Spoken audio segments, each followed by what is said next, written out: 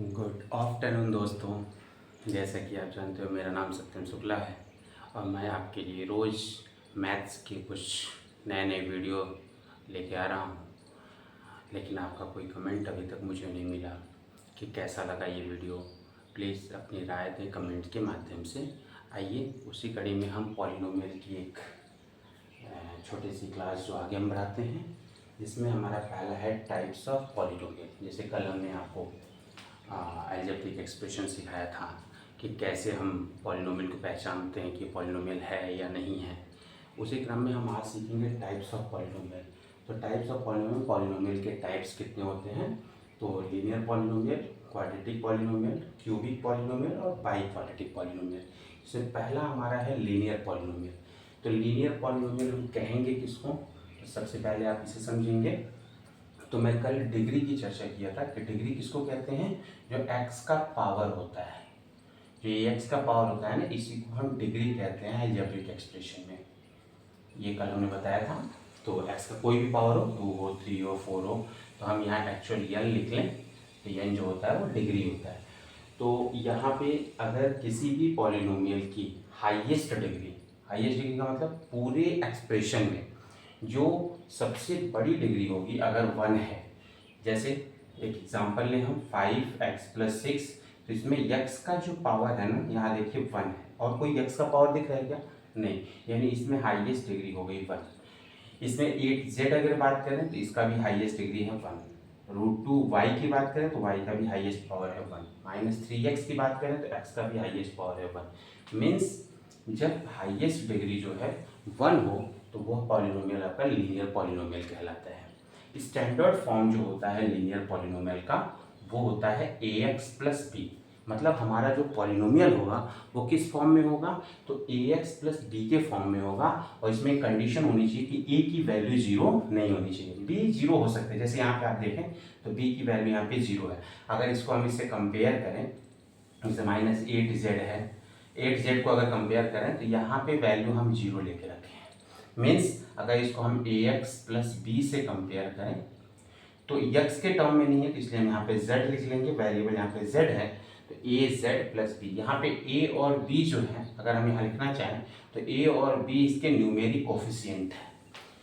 तो यहाँ पे z का जो न्यूमेरिक कोफिशिएंट a है, a की वैल्यू -8 है और b की वैल्यू 0 है। हमने बताया यहाँ पे b 0 हो सकता है कि a की वैल्यू 0 नहीं होनी चाहिए। नेक्स्ट, इसी तरह इसका दूसरा पार्ट जो है, दूसरा टाइप क्वाड्रेटिक पॉलिनोमियल। क्वाड्रेटिक का मतलब होता है कि हैविंग हाईएस्ट डिग्री इज 2। आपको इस पे ध्यान देना है। Which of polynomial that have highest degree is 2, मतलब ऐसे पॉलिनोमियल जिनकी हाईएस्ट डिग्री क्या हो? 2। मीन्स कोई भी एक्सप्रेशन दिया जाए आपको, जैसे यहाँ पे एक फंक्शन दिया है, फंक्शन ऑफ x। मैंने कल इसके बारे में भी चर्चा किया था कि अगर ये लिखा है f(x), मीन्स पूरा जो पॉलिनोमियल है वो x के टर्म में है। इसको अगर उसी के फॉर्म में लिखें तो ये पूरा का पूरा जो है f(y) कहलाएगा, क्योंकि ये पॉलिनोमियल हमारा y के टर्म में है। सो which of polynomial that have the highest degree is 2, that is known as a quadratic polynomial। just like इसका भी स्टैंडर्ड फॉर्म ठीक इसी के जैसे ax² + bx + c, क्योंकि अभी मैंने बताया कि हाईएस्ट डिग्री 2 होनी चाहिए। तो इसमें आप देखें तो हाईएस्ट डिग्री क्या है? 2 है। और इसमें भी a की वैल्यू 0 नहीं होनी चाहिए। b और c डोंट मैटर, इसमें भी 0 हो सकता है, बट a की वैल्यू आपकी 0 नहीं होनी चाहिए। और हाईएस्ट डिग्री क्या होगी? अगर 2, तो हम उस पॉलिनोमियल को क्वाड्रेटिक पॉलिनोमियल का नाम देते हैं। फिर थर्ड हमारा इसी तरह से आता है क्यूबिक पॉलिनोमियल। क्यूबिक पॉलिनोमियल में हैविंग हाईएस्ट डिग्री इज 3।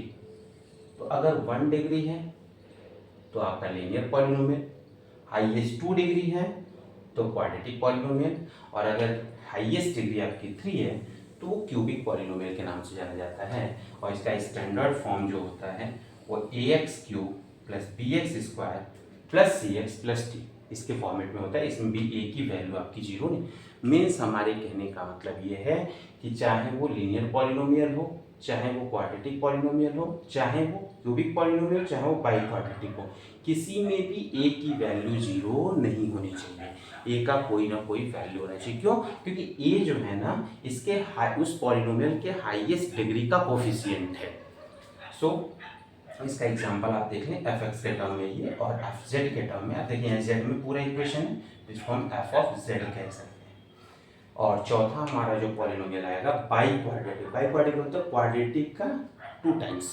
तो क्वाड्रेटिक का 2 टाइम मतलब पावर हाईएस्ट डिग्री क्या हो जाएगी 4, मतलब having highest degree is 4, that's polynomial is known as a bi quadratic polynomial. That's standard form will be the ax4 bx3 plus bx3 plus cx2 plus dx plus e। इसमें भी a की value 0 नहीं होनी चाहिए। यानी इसका एक polynomial आपको दे रहा है, ये p ऑफ x के टर्म में या f ऑफ x के टर्म में और ये p ऑफ z के टर्म में। तो उम्मीद करेंगे कि ये चीज़ें समझ में आई होंगी।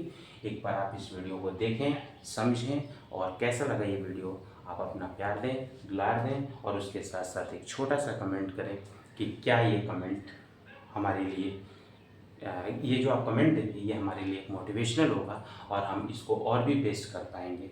हाँ, कोई कमी रह गई हो तो उसको भी आप बताएं अपने कमेंट के माध्यम से। और तब तक के लिए खुश रहें, मस्त रहें। आगे की क्लासेस फिर नेक्स्ट वीडियो में। Thank you class.